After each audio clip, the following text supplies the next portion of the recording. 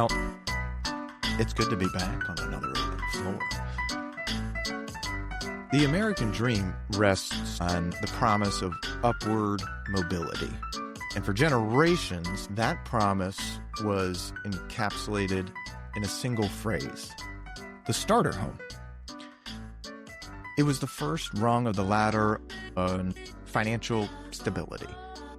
But today, the data suggests that for a generation of first-time buyers in places like Maryland, that ladder has been pulled up.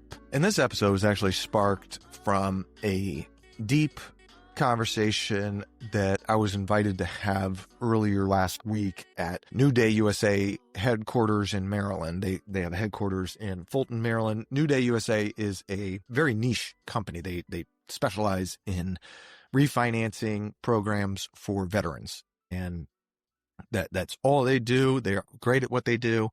But they have a very interesting business model, and a lot of the people that are getting into the mortgage business fresh out of college end up interning or getting their first job here, where they can kind of learn the ropes of one of the more complex things in finance, the mortgage. So it is pretty cool that NewDay invite local leaders on a monthly basis in different industries to come and talk about things that they feel like their employees can get benefit from. And this discussion that I was invited to come and speak on was about paths to homeownership. And what we're arguing today on today's episode is that the traditional starter home, that small entry-level property that's really accessible to, middle income, first-time buyers, is functionally dead in Maryland. And it's been replaced by an unattainable price point. This isn't really just an economic issue. It's really a structural source of rising wealth inequality and kind of a huge generational stagnation. And we start with kind of an on-the-ground reality for this and what barriers are. We talked about what barriers local lenders and buyers are kind of discussing right now. But I'll give the audience, I wish there were cameras for our discussion with these employees. To their credit, I know it's hard when you are asked to come sit in on something and somebody has to give you a lecture. It almost feels like college again. But they were very engaging and thoughtful with their questions. And shout out to my buddy Franco Greco over at NewDay. He's the chief revenue officer over there. I got an opportunity to come and speak to these 20-somethings. I mean, we'll call them Gen Zers for lack of a better word. And it's because they have genuine questions. And I look back to, when I was 23, yes. I mean, we did buy our first house at 23. But I had no way of doing that by myself. I had, fortunately for me, a fiance who also made some pretty good money, and the market was a completely different place back then. And so I didn't really touch too much on my experience, my own personal experience there, but I did touch on a lot of, my experience with first-time home buyers and building, what that experience is like, how nerve-wracking it can kind of be. And you just don't know what you don't know. And so I wanted to part of me really wanted to put them at ease and give them the process and give them an idea of what the expectation should be and what has been told to them in the past, either by their parents or by older siblings or grandparents or whoever, and then also what they can expect in today's market, because those two things are not always the same thing. The market's always changing and the processes within the market are always changing. And so you can take advice from whoever you want, whenever you want, but the reality is advice is not going to matter if it doesn't apply to the situation. In our conversation with this was really about 40 to 50, young professionals fresh out of college trying to really get their feet wet in the financial space. We focused on the difficulty of clearing financial hurdles required to enter today's market. We talked about, what the front lines kind of look like right now. And the primary motivation for buyers is escaping volatility of rising rents, establishing a long-term investment that builds wealth. You got to start somewhere. I think for a lot of younger people, particularly our Gen Z crowd, the crowd that's in college, freshly out of college within the last 5 years, they don't really see a clear path to what homeownership looks like. And part of that is because no one's taught them. We do not have in our vocational schools or our primary schools or secondary schools any kind of class on how to become an adult, how to become a homeowner, how do you manage a bank account, what does this stuff mean? They don't teach it in college to anybody. So the system is flawed because we don't give people, particularly our young people, any kind of advantage at all. Everybody has to guess what to do next. And that is honestly pretty predatory if you sit back and think about it. So I think there is some kind of, and we talked about this a little bit in our discussion, there is almost a romanticizing of renting, especially when you come out.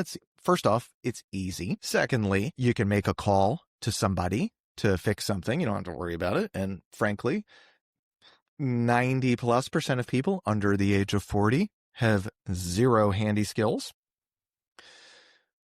You have an expiration on a lease. You can, in a lot of cases, vacate early without too much clawback, or, everything's case by case, but you get what I mean. And especially with young people, they're not really sure where they want to end up. Some of them might have a relationship, some of them don't. People might have a vision for themselves or a path, and that path is going to get diverted because life happens. What we had talked about on this discussion was there's a lot of reasons for people to move. People are getting married. People are getting divorced. They're getting together. They're breaking up. They're having children. They are watching the children leave the nest. They're moving for jobs. They're getting relocated by the military. They're moving for school. They're moving to be closer to family, moving to be closer to friends. When you're in your early 20s, you're very lucky if you have direction. You're very lucky if you feel like you have purpose and a good head on your shoulders. You feel like you have a plan. It's not common. And the easy thing to do is to decide, well, I don't really know where I'm going to land, so I will rent something. And there's nothing wrong with that at all. Let me be clear. There is nothing wrong with renting. It serves a purpose, and it is not always the right option to purchase a property or, become a homeowner. It is not for everybody. But historically speaking, the most likely way, the most consistent way to build real wealth and security in America is through real estate. And frankly, globally, go back through all the time and you'll see most people that are the people that you read about in the history books, those are the ones that have the real estate. So it can seem daunting to somebody that's fresh out of college, no one that hasn't been taught how to apply for a mortgage. They haven't been taught what the process is for buying a house. They haven't been taught why buying a house can be a good idea. They haven't been taught much of anything when it comes to adulting. And that's a shame because their parents were not taught and the parents before them were not taught. And so everybody has to figure it out through experience, which, that kind of sucks. It really does. So we touched on that being a real sore spot, but it doesn't have to be the path And so after giving these 40, 50 employees a little bit of background on me, I asked if anybody owns a home.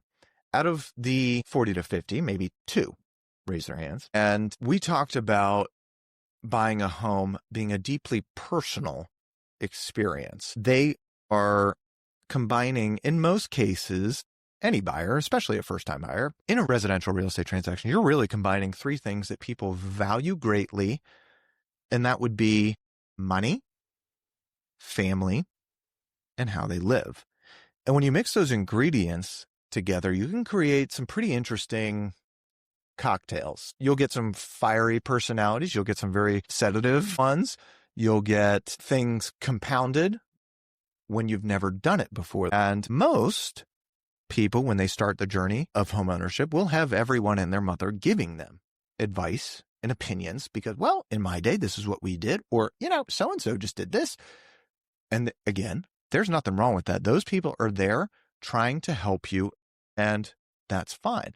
But it can be overwhelming for a first-time buyer, just like doing anything for the first time. You get a bunch of people yakking in your ear. Please, buzz off. So I get that. There was a theme here that I'm not sure if it's going to resonate with our audience yet. It did take hold a little bit with them, and it's a little goofy one, but bear with me here. What I had told these guys and gals was one thing that they have to know about me as an agent, as a person. Batman is my favorite superhero. He's got a great look, gadgets galore. No superpowers to speak of, though.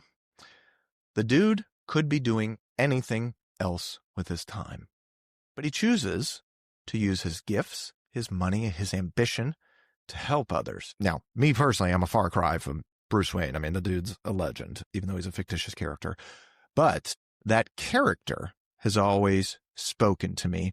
And I realized that in doing this job as a real estate agent that is moderately successful, no matter how stressful it gets, the thing that keeps me coming back to doing this job is that feeling of service.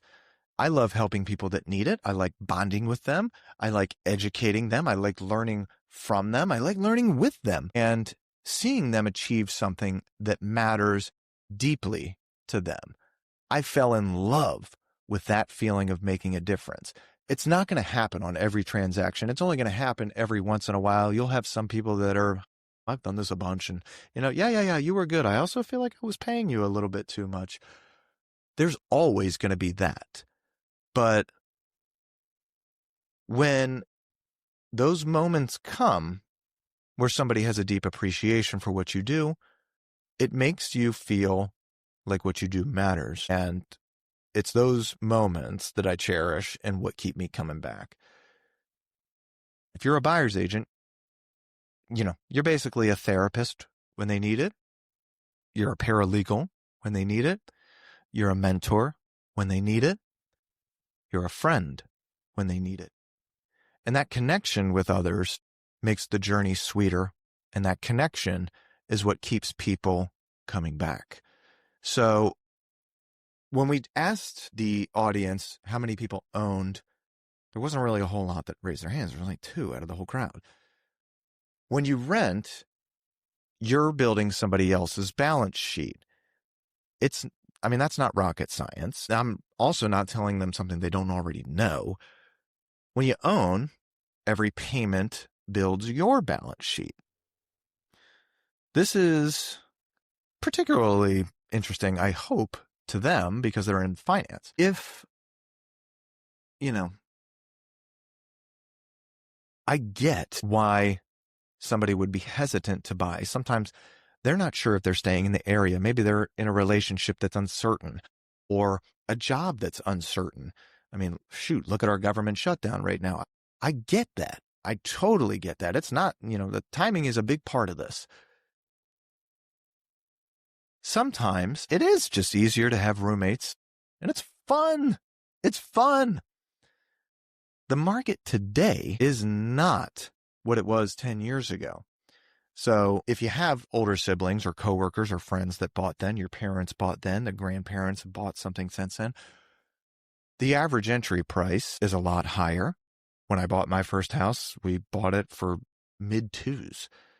That same house sold now a second time actually, since we purchased it 13 years ago for, $100,000+ beyond that, with literally zero updating done to it. So the interest rates now are a lot higher, which make your payments higher. It's not easy to do this. And it's certainly not as easy as it used to be. So all that advice that you've been getting as a first-time home buyer, if you're now starting to look, hopefully it has evolved and taken stock of what the space is today. A lot of people end up getting pre-qualified by a lender for a lot more than they originally expect. But if you're buying a home, you're not always interested in what that amount is until you see what that payment looks like. And that payment might be like, oh my God, nope, no. Hang on, let's get it back closer to what my rental is. And so in this business, so the pre-approval process is probably the first place to start. You can certainly start with a real estate agent. A real estate agent can connect you with a really solid local lender that just knows A, how to get stuff done, B, has a great rapport with agents in the community, and C, and probably most importantly, is able to take your short-term wants and match them up with your long-term goals. And while it seems like, oh yeah, that would be easy to do, you also want them to do it in a way that you will appreciate, that is from a communication standpoint. And it's hard to find the right partner in there, but what I said was, you need a lender that is going to be your Batman. You need an agent that is going to be your Batman. You need people in your life in that field of it that are going to be looking out for your best interests and will not let you fail. If you fail on your own, that's on you. But if you tell me that this is what you want, you are qualified to go get it, we will find a way to get you something that you want. Some of the trepidation that young buyers have is credit issues. In most cases, it's actually not bad credit. They just don't have enough of it. So that's one thing. Not having enough cash is another. One of the myths that we talked about was the 20% down thing. There are plenty of opportunities out there to spend less than that. The 20% threshold gets rid of PMI, gets rid of that interest payment, which is really going to be the bulk of, the mortgage payment, especially early on. And I get that transaction cost and down payment and all that stuff is, when you're finally starting to feel like you're making a little bit of money, you're making some headway, you're starting to be a real freaking adult, you don't really want to see that money leave your bank account. I get that feeling, but disrupting that flow, as long as you have a consistent income stream, a reliable one, will be okay. We also joke that some of them are probably watching a lot of Selling Sunset and probably not interested in the beer budget that their buying power will support right now. They want to wait until they have that champagne budget so they can quench that champagne taste. So they'll keep renting at the Avalon or whatever nice complex is near all the fun and stuff because YOLO, right?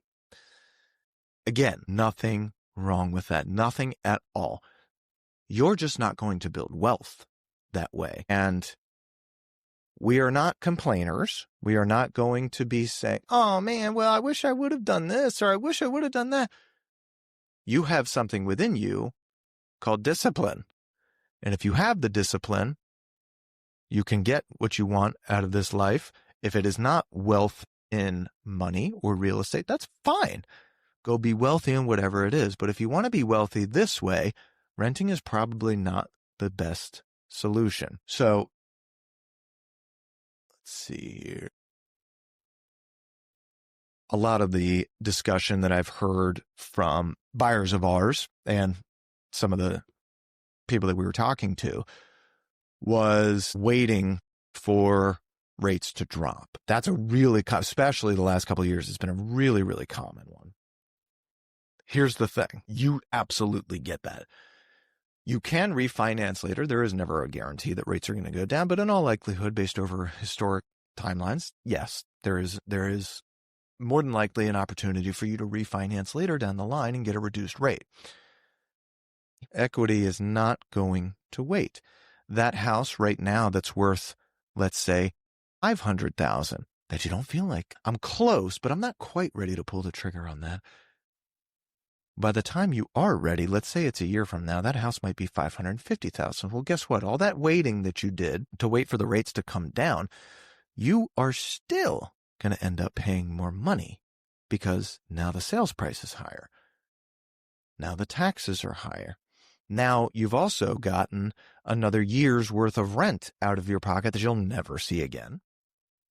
So while that is a very valid concern, it's slightly misguided. And another thing that we had mentioned, buying a house is a lot like having a child.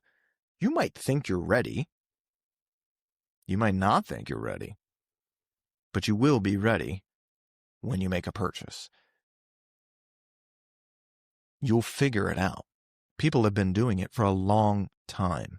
People have been doing it in our modern day, left and right, for quite a bit of time. There are some ways that we've seen buyers get into the market in different ways than traditional. So traditional, you go, you buy your first house, and it's just you, or maybe it's you and a girlfriend, or you and a boyfriend, or a wife, or a husband, and you're sharing in the equity.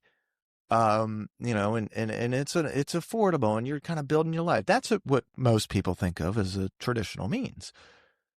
There are other solutions, house hacking, if you will. One is buying with friends. One is buying with family.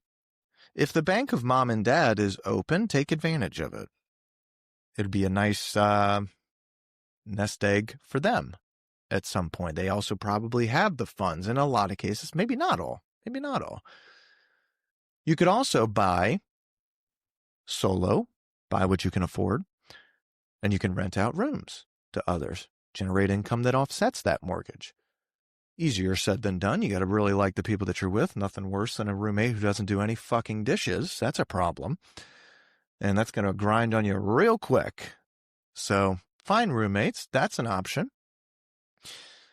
Depending on the property and the buyer qualifications, there are some state and federal loans that are available to make ownership more accessible.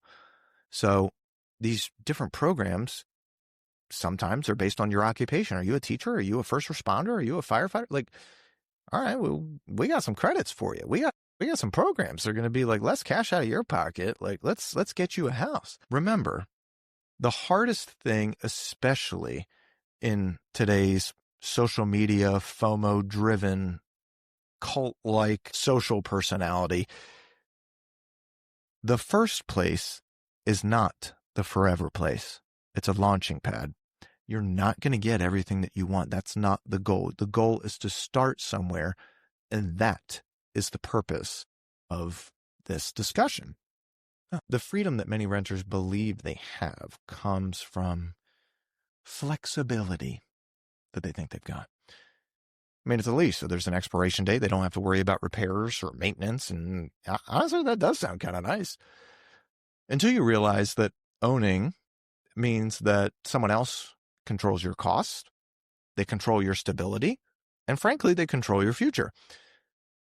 You're not free. You're just temporarily comfortable while someone else builds wealth with your rent check. Again, doesn't mean that it's wrong. Renting serves plenty of purposes. You're just not building the wealth that you could through ownership. Freedom comes from assets, not flexibility. Remember that.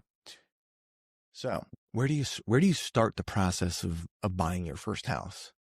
You start it where all smart people do. You talk to an expert. There's a million real estate agents out there, literally. Talk to your parents, talk to your siblings, talk to your friends, talk to your coworkers. Almost everyone in your life knows at least a few, particularly in Maryland. If I was to throw a rock right now, I'm hitting somebody outside. I mean, I got a pretty decent arm, not a great one. I can hit somebody with a real estate license no matter where I am. What you want to do first is identify your personal goals and interests. Write them down. What you're looking for in a home. Are you looking for more of an investment? Are you looking for a lifestyle? When you have answers to those questions and you have some good self-reflection, you have a starting point. Most apps now will include a features of whether it's a Zillow or a Redfin or a Compass or whatever. They're going to include a feature where you can research agents. You can look at their sales history. You can look at their reviews, whatever. The ones that catch your eye you should reach out to with what your goals are and see if they're interested in helping you. And you'll know when you find the right person because they'll put you at ease. You know, they'll appear like you've got a partner in doing this with you. For those of you that have that tweaker cousin out there who just got his license a few weeks ago, yes, he is going to be pissed at Thanksgiving. But you have to do the right thing for you. Do not let family or friends or reputation or something like that get in the way. Don't worry about it because that will all blow over. You want to deal with somebody that you can deal with and that also knows what they're doing. From there, you got to get aligned with the financial partners or look at your lender. Same concept here. They need to understand your long-term goals as well as short-term so you position yourself for success.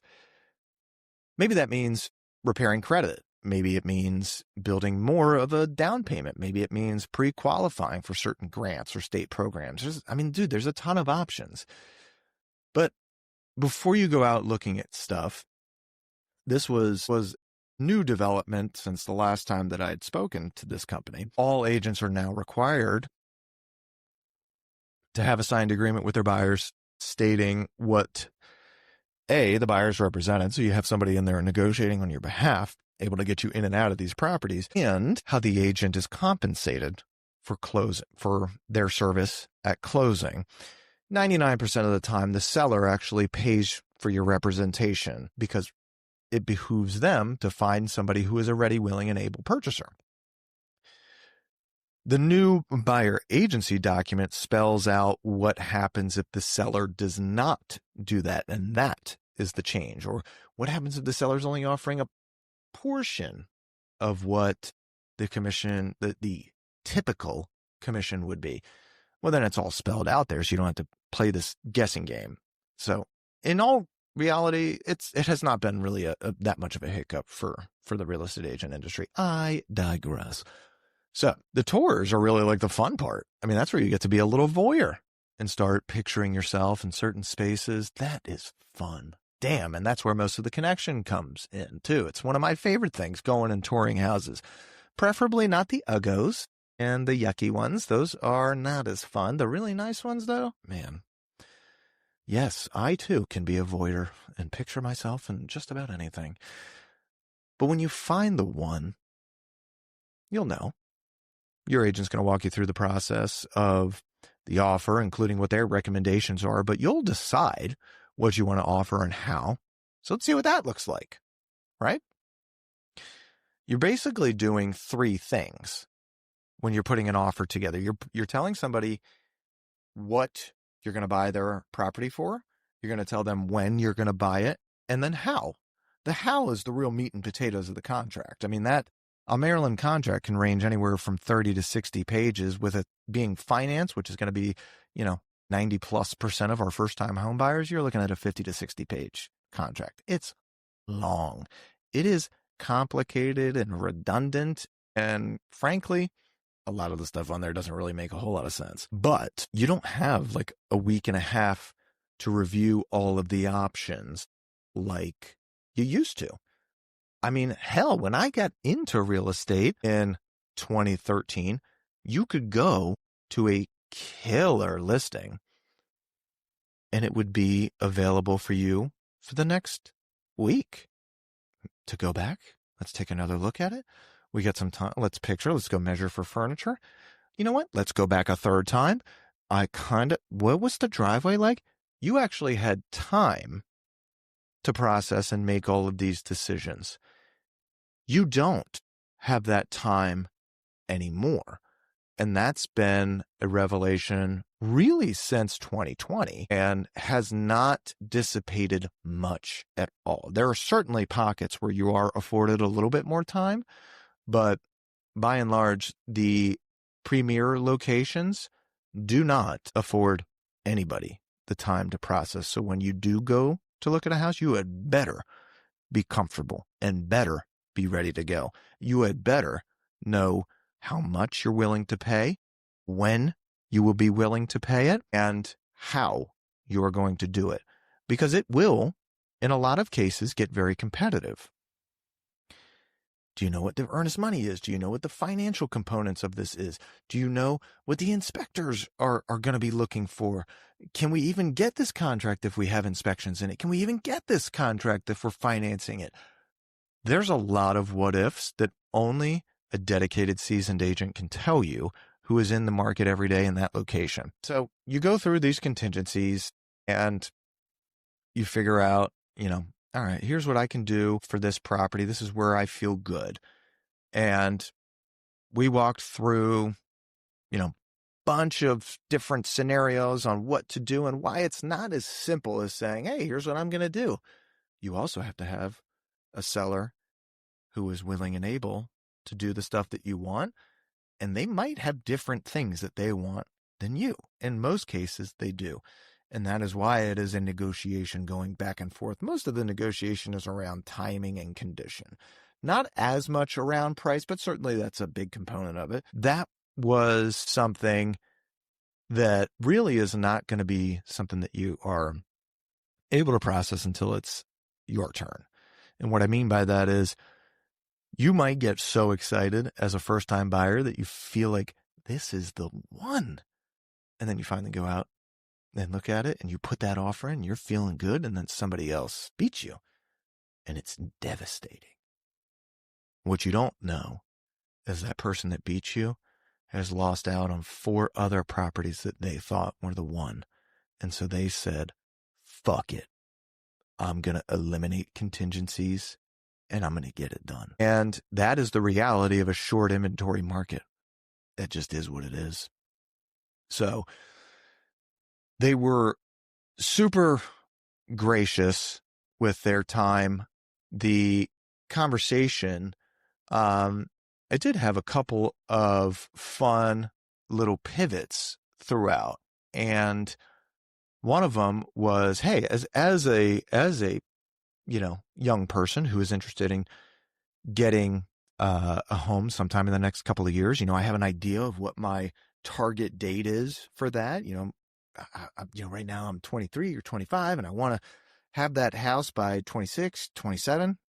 I think that's awesome. And they said, what, other than vibes, what do I have to look for in a real estate agent? I mean, what kind of questions should I be asking them?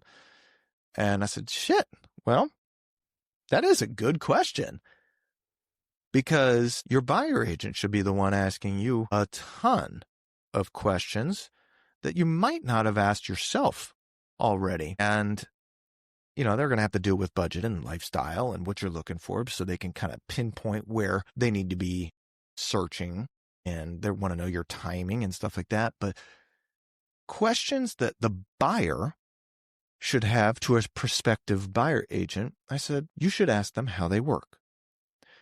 What does working with you as the buyer agent look like for me? Are you a texter? Do you pick up the phone and call? Are you a big emailer? Do you have a internal platform that can kind of keep me updated and up to speed? Do I, frankly, am I going to enjoy the personality with this person? There's a lot of things that really don't go said in most cases. So I thought that was a pretty fun exercise to figure out, actually, shoot, what would I maybe not have trouble answering if a buyer posed it, but What are things that I don't normally get asked that I should? And that was one. How do you work? What's my expectation? Am I going to drive around in the car with you? Or am I going to meet you at different places? Are we going to have a weekly touch base? Are we going to have a monthly touch base? Like what's my expectation so that I can feel comfortable moving forward and making sure that I am finding the partner that's aligned with all of my goals. Another question would be the compensation component of it, because the reality of the commission lawsuits, settlements from a year ago in 2024, it is now a topic of discussion that it wasn't before. So what do you charge for your services is another question. A buyer agent should be able to articulate that in a pretty, eloquent, succinct way. This is what we charge. Here's why we charge it. Here's the things that we do for that. Now, caveat, most of the time, virtually all of the time, that fee is covered by the seller's side. In the event that it's not, I'm required to let you know, and we will predefine what happens in that instance. Does it mean that you're going to come up with more money? Does it mean that, me as the buyer agent, I'm going to have to eat, the remainder of costs? I'm getting less fee than I would ordinarily get. That's not really a fun thing for anybody. But you have to have those conversations with them so that, transparency is there. We did talk a little bit about the Maryland market snapshot and how inventory is still incredibly tight. Interest rates, while coming down, are still, they're more than what they had been. Historically, on a historic level, they're about average right now. Some are still in the sixes, but we were spoiled for years with 2, 3, 4% rates. And you hear rate talk all the time, and you don't understand as a layman, why do I give a shit about a rate until you see the difference in what the payment is for the same exact house at the same exact price with a different interest rate. So it is a big deal. But that discussion really kind of sparked something that I wanted to dive into today. And that was, damn, I feel for the Gen Zers out there. They have got to be in the most difficult path that we've seen in modern history in order to obtain a home, to get a slice of that American dream that is so coveted and so American. There's less houses for people to buy. The prices are higher. The interest rates are higher. And the people that are scooping them up, the limited availability, and by and large are not people. The things that are affordable in that first time home buyer market, there's not a lot of humans that are buying them. It is these corporations, and they might be disguised in some other kind of show, but it's your BlackRocks and things like that are driving price up because they know having real estate increases wealth. It is not fair. It is wrong. And in that, it is killing the American dream. And it has put the starter home on life support, if not killed it. And so that is the meat of our discussion today. Why are all these financial maneuvers necessary for, I mentioned a little bit earlier, a couple of different options that are available to, today's first-time home buyer, today's young 20-something. And why do they have to have maneuvers? This is crazy. Well, it's because prices have skyrocketed, creating a fundamental disconnection between wages and asset values. Globally, affordability is worse now than even the 2007, 2008 crisis. I mean, it's ridiculous. The national median home price surged 44% from December of 29 to December of 24. In Maryland, the median home price hit $420,000 in March, well above the national median of basically $400,000. Quantifying the down payment needed for a median priced Maryland home is approximately $67,000. This is why the average age of a first-time U.S. homebuyer has risen significantly, reaching an all-time high of 38 to 40 years old. Are you fucking kidding me?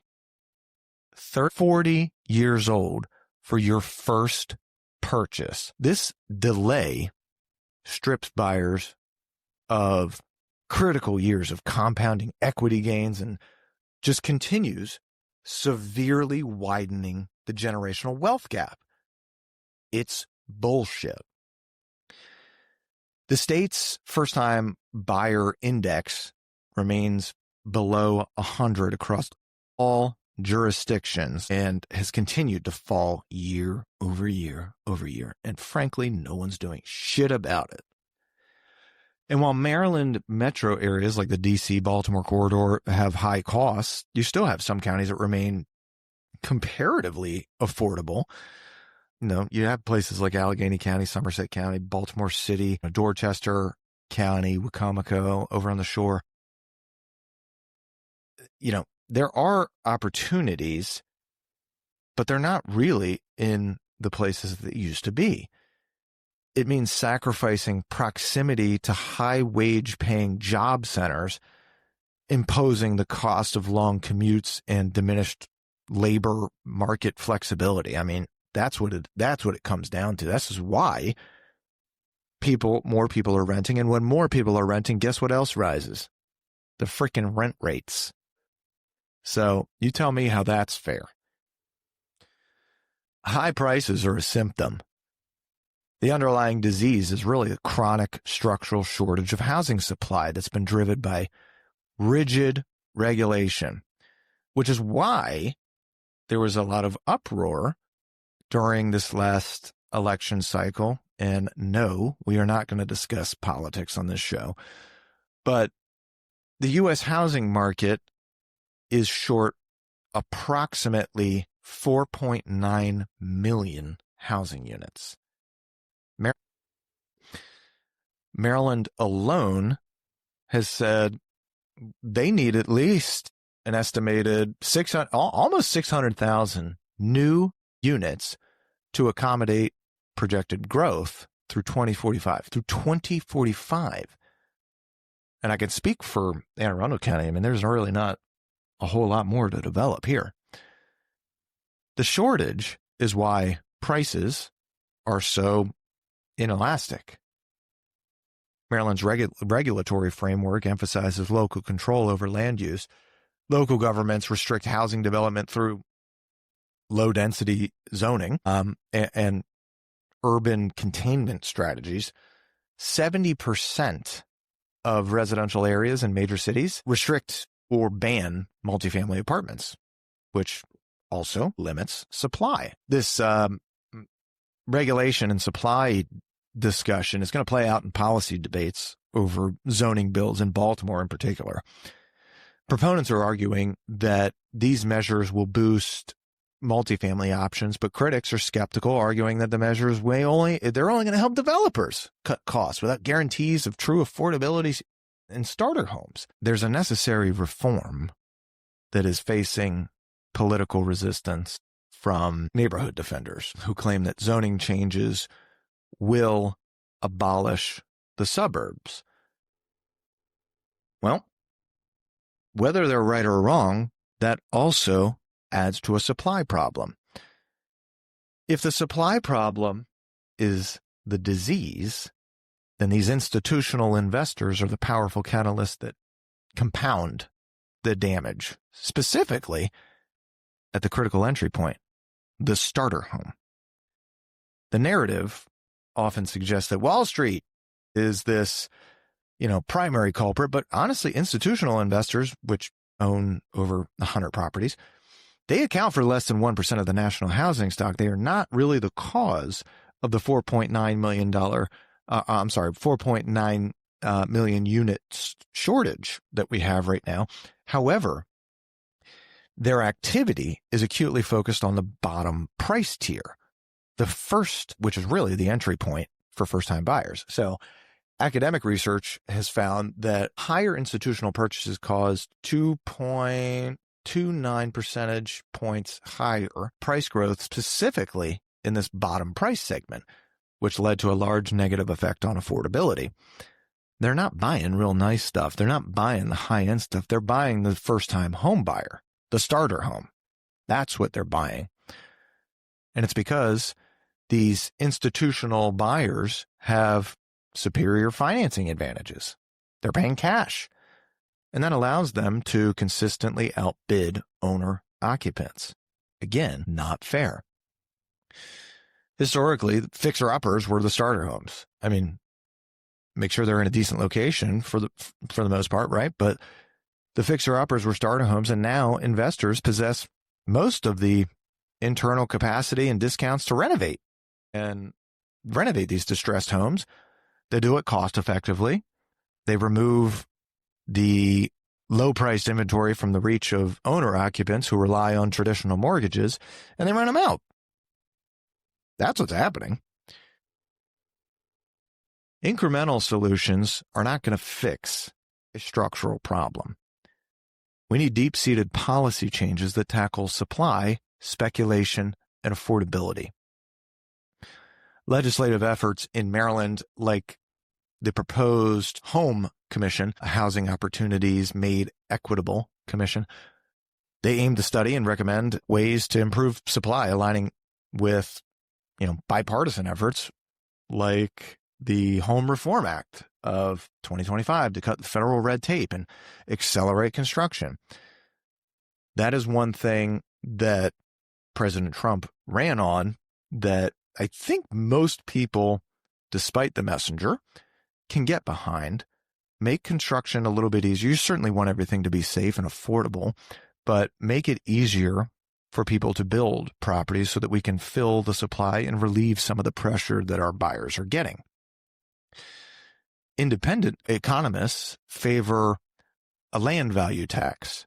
So if they are taxing the land's value based on its highest and best use, which I can assure you they do in Anne Arundel County, LVT, land value tax, raises the holding cost of vacant and underutilized land. It forces landowners to develop or sell, shit or get off the pot. And that would increase, in theory, it's going to increase supply, reducing some, speculative pricing pressure. There's also community land trusts that offer permanent affordability. They separate the ownership of the land from the building and drive down the initial home price significantly. Because if you think about it, the price of the land can be 20 to 50% of the sales price. And that really depends on the location and what the land is, but it's a lot. The CLT retains the land and imposes permanent resale restrictions, keeping the home affordable for the next low-income buyer. The problem is where they want to put those is always up for debate. Nobody wants to live next to it that is, in some established suburb. So it's a constant battle. Where are we going to put people? Maryland already has an affordable housing land trust law, and organizations like Charm City CLT or Coppin Heights CLT that are operational, and they are providing a scalable model for stability. But it is still no end in sight right now for our Gen Zers. And with the national home buyer now reaching 30, damn near 40 years old for a first-time home buyer, it is probably the most critical time in our country's financial history to get our young people, in particular, housing that they can afford, that they can start building a life with, whether it's an investment property or a primary residence. That is the America that we've come to dream about and know and love. Not this where we have everybody priced out. It's not sustainable. It's beyond the fact that it's not fair. It is not sustainable. And We need our politicians to do better. We need our communities to be a little bit more open about what they will accept. We need our governments on the local and state level to be run better and really take out the self-service that has been a sickness that has affected all of our politicians seemingly, except to save a few, decent people out there that have taken the mantle and truly done it for public service. That's what we need. The starter home, as we once knew it, is, in fact, dead in Maryland. It's a victim of macroeconomic shock, hitting the fault of a chronic regulatory failure.